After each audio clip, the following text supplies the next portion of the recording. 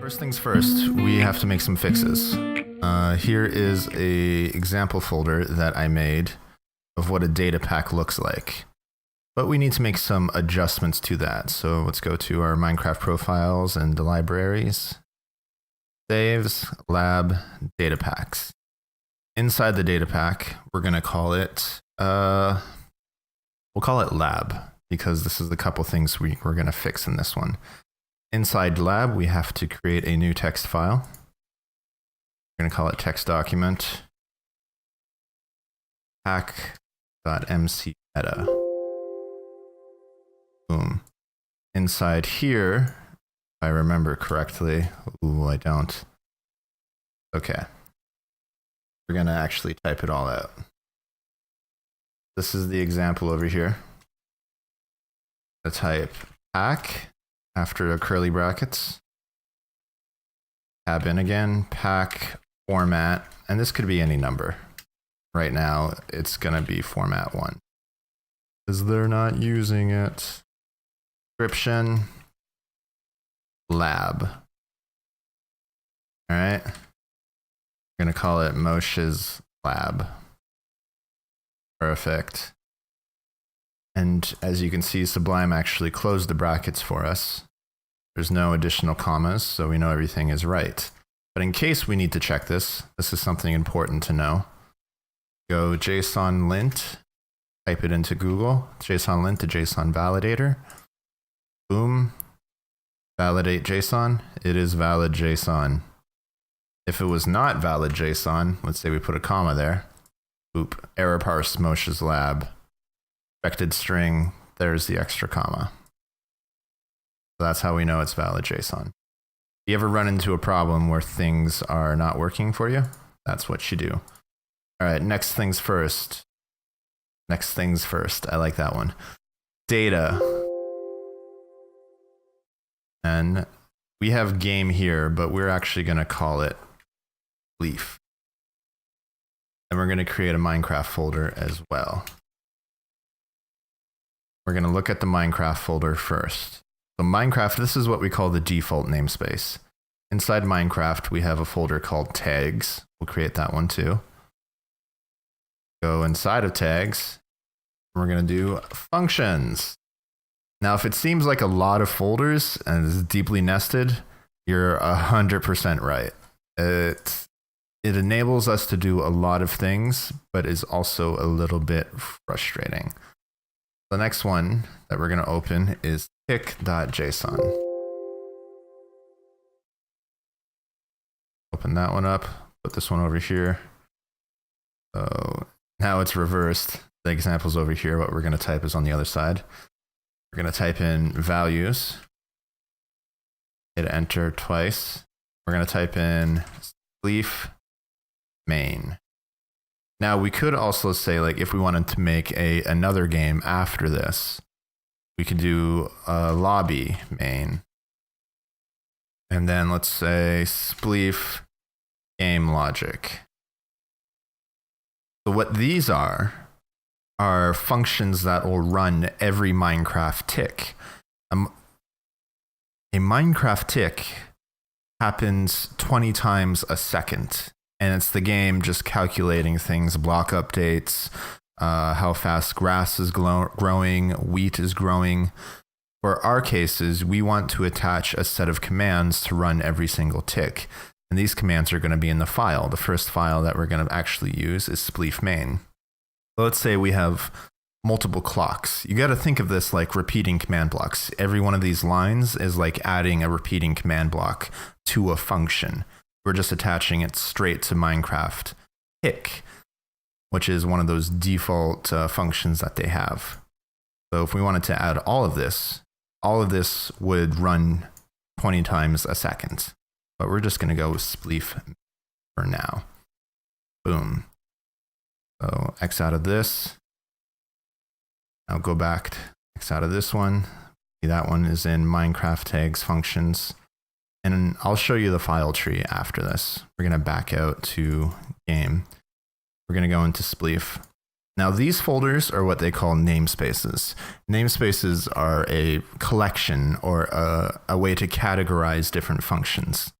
The default namespace is Minecraft. And in this case, every block, every item, every function that is default comes with the default install of Minecraft is under the Minecraft namespace.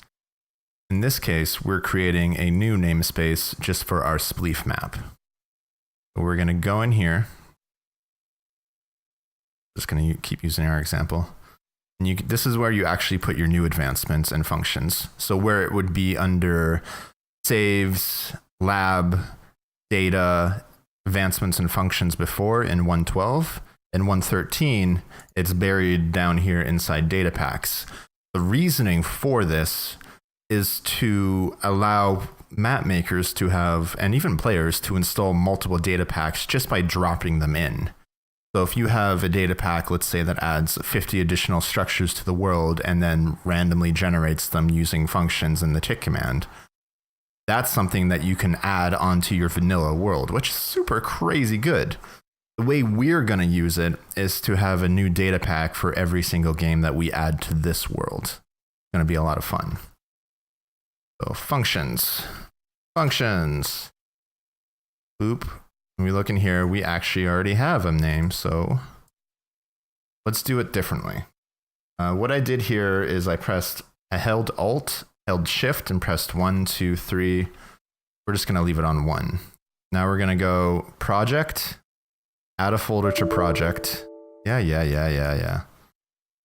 We're going to go all the way back to not a tutorial. So in the sidebar, it's going to be Minecraft, not a tutorial. And we're going to add this whole folder. Not too bad, right? Now we can drag and drop this out. Let's look at the file tree. So saves, lab. This is our whole save folder, but we could also access resource packs, and we will later. We can see the git ignore in here now. These are all the files that we've added to the git to be ignored. Options, we can actually edit the options through the text file. Main hand, left. I'm left-handed.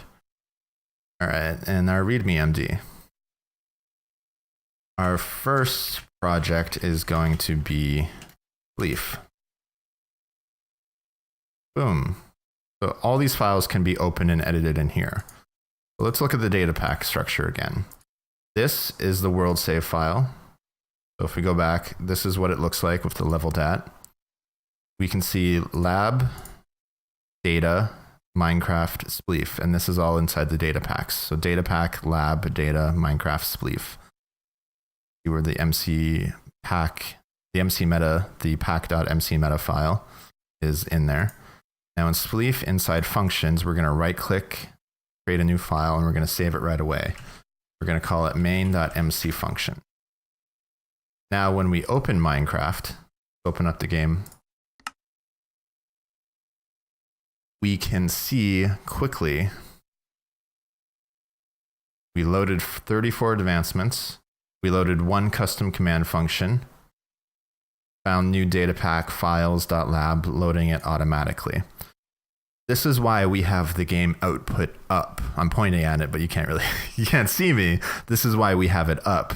It's going to tell us when we type something wrong. Let's say hello, right? That's a mistyped command. So when we go /reload in the world, we can look at our output and say, couldn't load function spleef function main.mc function, which is the file that we just tried to add that to. Whilst parsing command on line 0, well, it's line 1, but okay. Couldn't read function, Minecraft tick functions, unknown values, spleef main, because main could not load because it contained an incorrect command.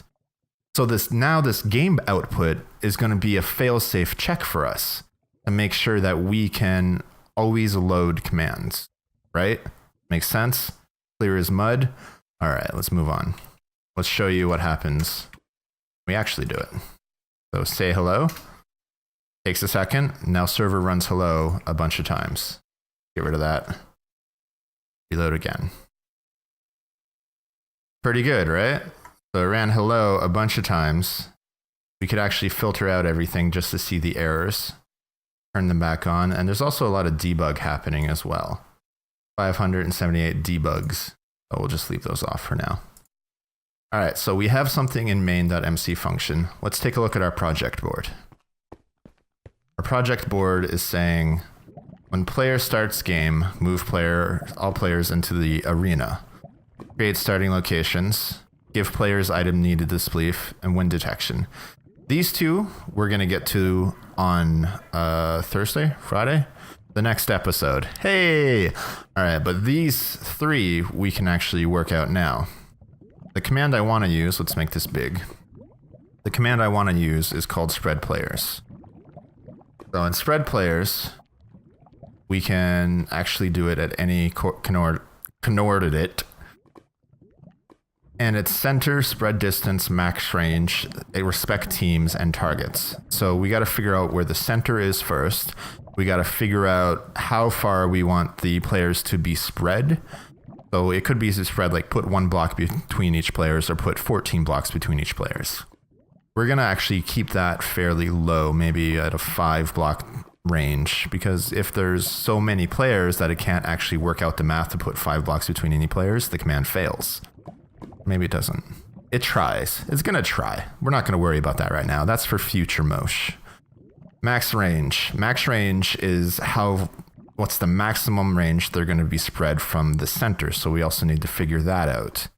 Respect teams will know whether or not it should group up players on teams or not, and what are the targets. So the target is going to be all players. And if we need to make it more complicated later, let's figure it out. So first things first, we're going to figure out 1, 2, 3, 4, 5. We're going to figure out where the center is. We're going to do this over here. 1, 2, 3, 4, 5. Right there, perfect. Get this going. Can you hear that lava noise? So annoying. All right, we're gonna work with it. Now we want to look at the very corner of here. And this is a cool new 113 feature I found. 163.0.145.00. So if we actually looked over here, it would do 163.62.145.00. Or if we looked on the top, go 163.98, 146.00. It's actually specifying the exact spot you're looking at, not just the whole block as a whole. And that's super, super useful. But 163.00, 145.00. The spread distance, let's just make it 3. We're going to hit enter. Now we need to figure out, enter will like save the command. Now we need to figure out how far away we can spread the players.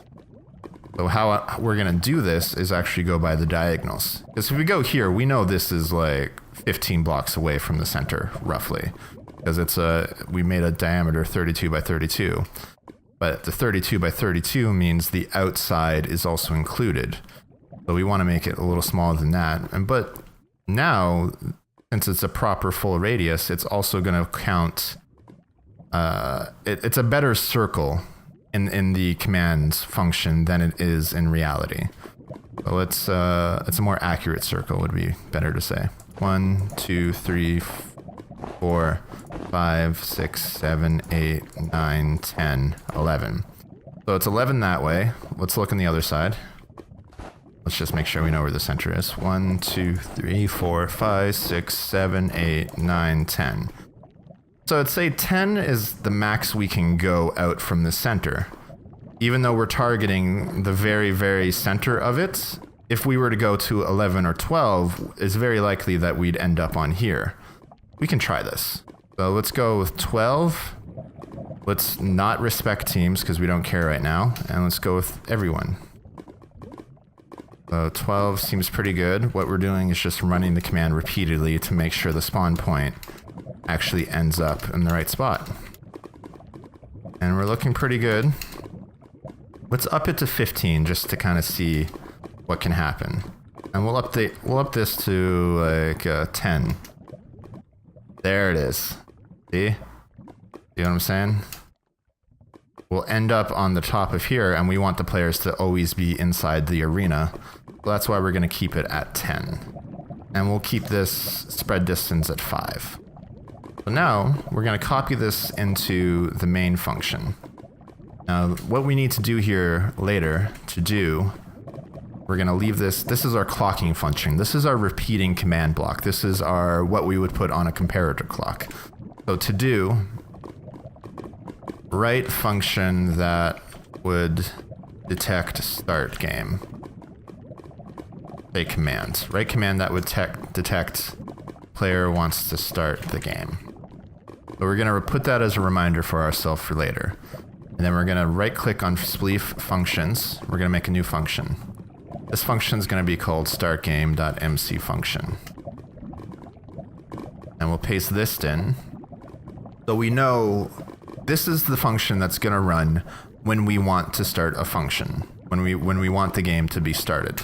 The second thing we need to figure out is what kind of shovel do we need? We have a shovel here, but this shovel can only break so much, right? The shovel, let's go into adventure mode and see how fast it is. Game mode, adventure. Make it survival because we can't actually break anything at adventure. I would say this shovel is fast enough on its own. And this is an important lesson to learn. We could over-engineer this as much as we want. We can go crazy with it. But essentially, we can just use what is the simplest solution. And we're going to make this the simplest solution because it breaks things instantly. Essentially Spleef is going to be the most basic version that you could build in survival. That's the first iteration of the project. It's what we call the minimal viable product, the MVP, which is a great acronym, I think. Go back to creative mode. But we identified another problem too, and we need to go put this on our project board. We'll put it here. Player needs to receive shovel that receive shovel that can break snow block. Yeah, remember, it was a snow block, not a snow layer. So they need to receive a specific shovel. So when player starts the game, move all the player into one arena. Boop. Got that. Now let's replace that with make way that player can start the game. Cool. We already created the starting location, so we can get rid of that. Give players item needed to spleef. What that would be is give at all diamond shovel. Then we're going to put it in curly brackets. This is a new thing. Here, check this out. 1B. So now we're able to actually attach NBT data right to what the item that we're getting. So unbreakable is great. Next thing we need to do is can destroy. Now we can do that in here. Minecraft no block. Now we check to make sure that actually worked. That's a new shovel I received. So can destroy is the change from 112 to 113. It used to be can break, but now it's can destroy. Remember, this isn't a tutorial, but I know someone who made a great tutorial. Sliced Lime just came out with a great video of all the command changes. Link in the doobly-doo. Now, when in main hand, 1 attack speed, 5.5 damage, can break snow block. Diamond shovel. It's all good. Cool. So that command actually works. Let's bring it into here. One thing that we need to remember is clear at all. If a player walks into the game with some items, or have items left over from the previous round, we need to handle that. So we'll do a blanket statement of every time you start the game, all items from all players are cleared. We may need to come back later and fix this as we start adding new games to this world, but this is the first one. So, and then give the diamond shovel. So we make sure this is the order of operations we need to remember. It's a clear at all, teleport them to the arena, then give them the diamond shovel. So they're already in the arena, we remove all their items, we teleport them to the arena, and then we give them a new item. And then they can play. That's the whole game, and it's the essential function. Well, the start way. Now, if we type reload, let's check our output outlog to make sure there's no errors. Loaded 2 custom command functions. We can see no errors here. Fantastic, great. So now we'll type function and see here we have a Minecraft tick, we have spleef main game, and then spleef start game. So, you gotta hit tab complete to complete it. Boop. We got cleared, diamond shovel, and we're still in creative mode. Great, that's another problem we can fix.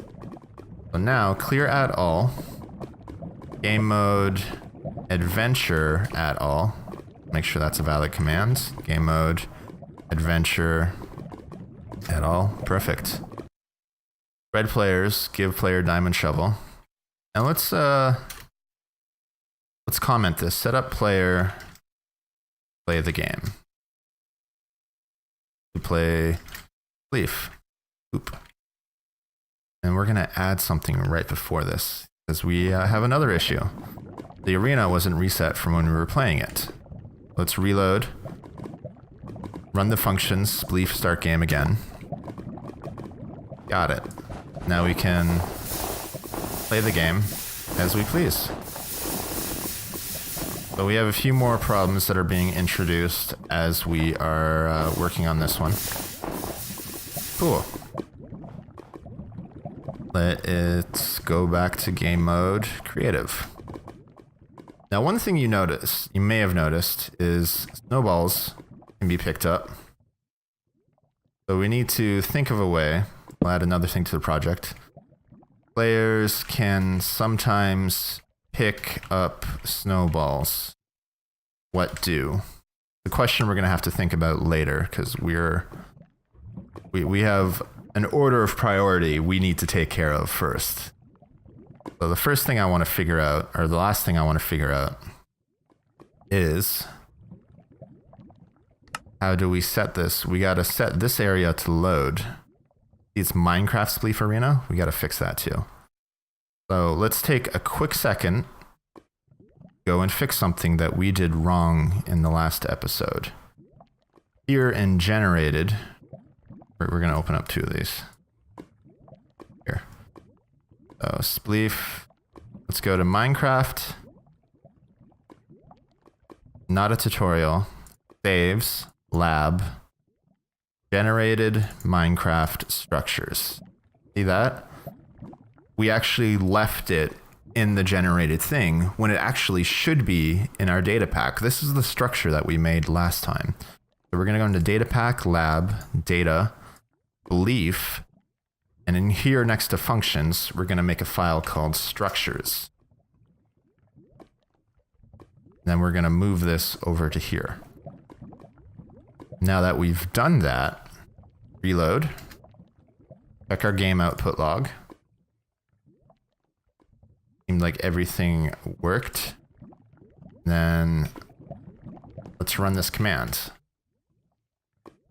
Instead of saving, we're going to load it. Oh, load, hit the big load. Minecraft Spleef Arena not available. That's expected. So we're going to change the namespace from the default Minecraft to the new namespace we have. Get out of here.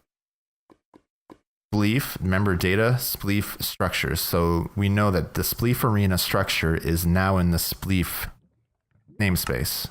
Load, boom, structure loaded, Minecraft Arena. So now we need to figure out what we need to do to actually power this. The way I like to do this is really basic, really super basic. Do underneath. Oh my God, we can do underneath. Perfect. All right. Now we're gonna do set block right here, redstone block. We're gonna put this in here, reset arena, Minecraft redstone block.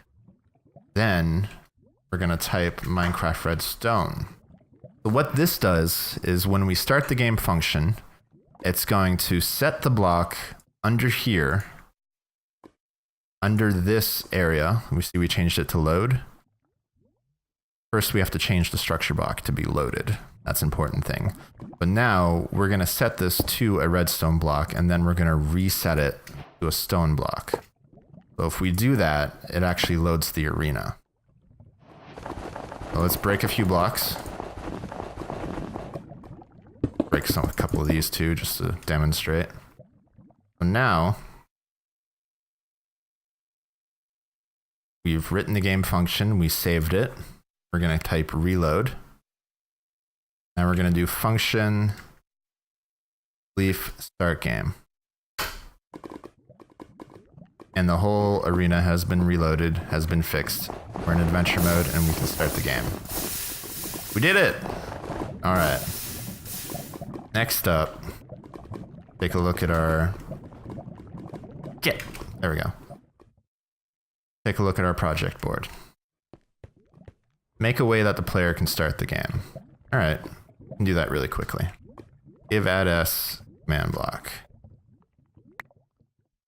We're gonna do function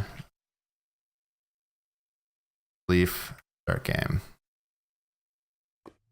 Then we're going to put button on here. Sign. See, I saw the sign here last time. There it is. We're going to call this start leaf. Now if we do this, did it. At executed 6 command blocks from spleef start game. All right. So what do we do now? Give players needs. Player needs to receive shovel that can break blocks. We did that. Next is wind detection and players all back to reset the game. Make a way the player can start the game. Did it. So now we're on these 3. Oh, I almost forgot. We need to commit everything. Now let's stage the options text because we made left hand, alt hand. Added new sentence about leaf game.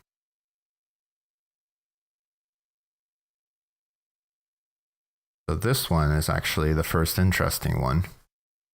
We added leaf main to default tick function. Let's actually add the created new data pack, the meta for lab. Did it? Moved.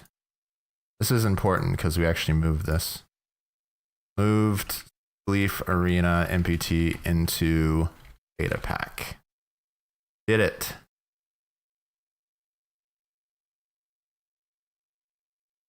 Left a to-do reminder for ourselves in main.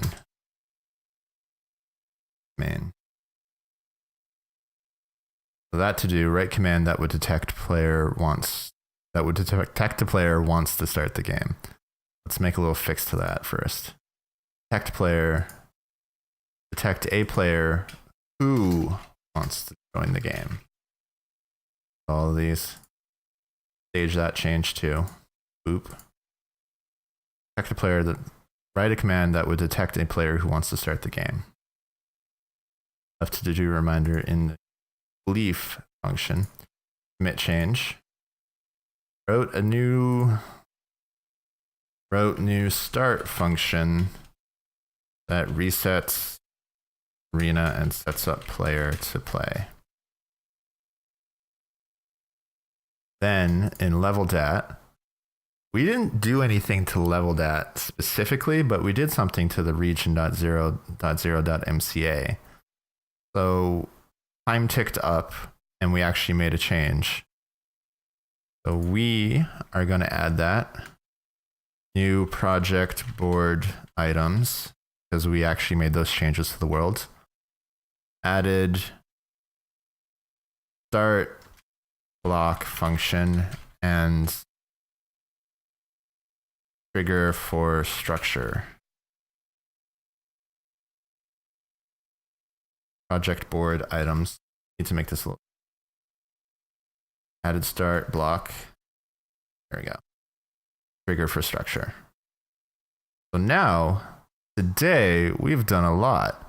Made left hand the default hand, added new sentence about a spleef game, created a new data pack, MC Meta for lab. We moved the spleef arena NBT into the data pack. We left a to-do reminder for ourselves in spleef main. Wrote a new start function that resets the arena and sets up the player to play. Project board items, added start block, and trigger functions for structure. Now you can see that we've made 8 meaningful changes to the code, to how the files were set up, created a whole new data pack structure, and then we edited the world itself and made a couple things to the options file for ourselves. We'll push that, and it'll show up on the GitHub, and that's going to be github.com/moesh/not a tutorial.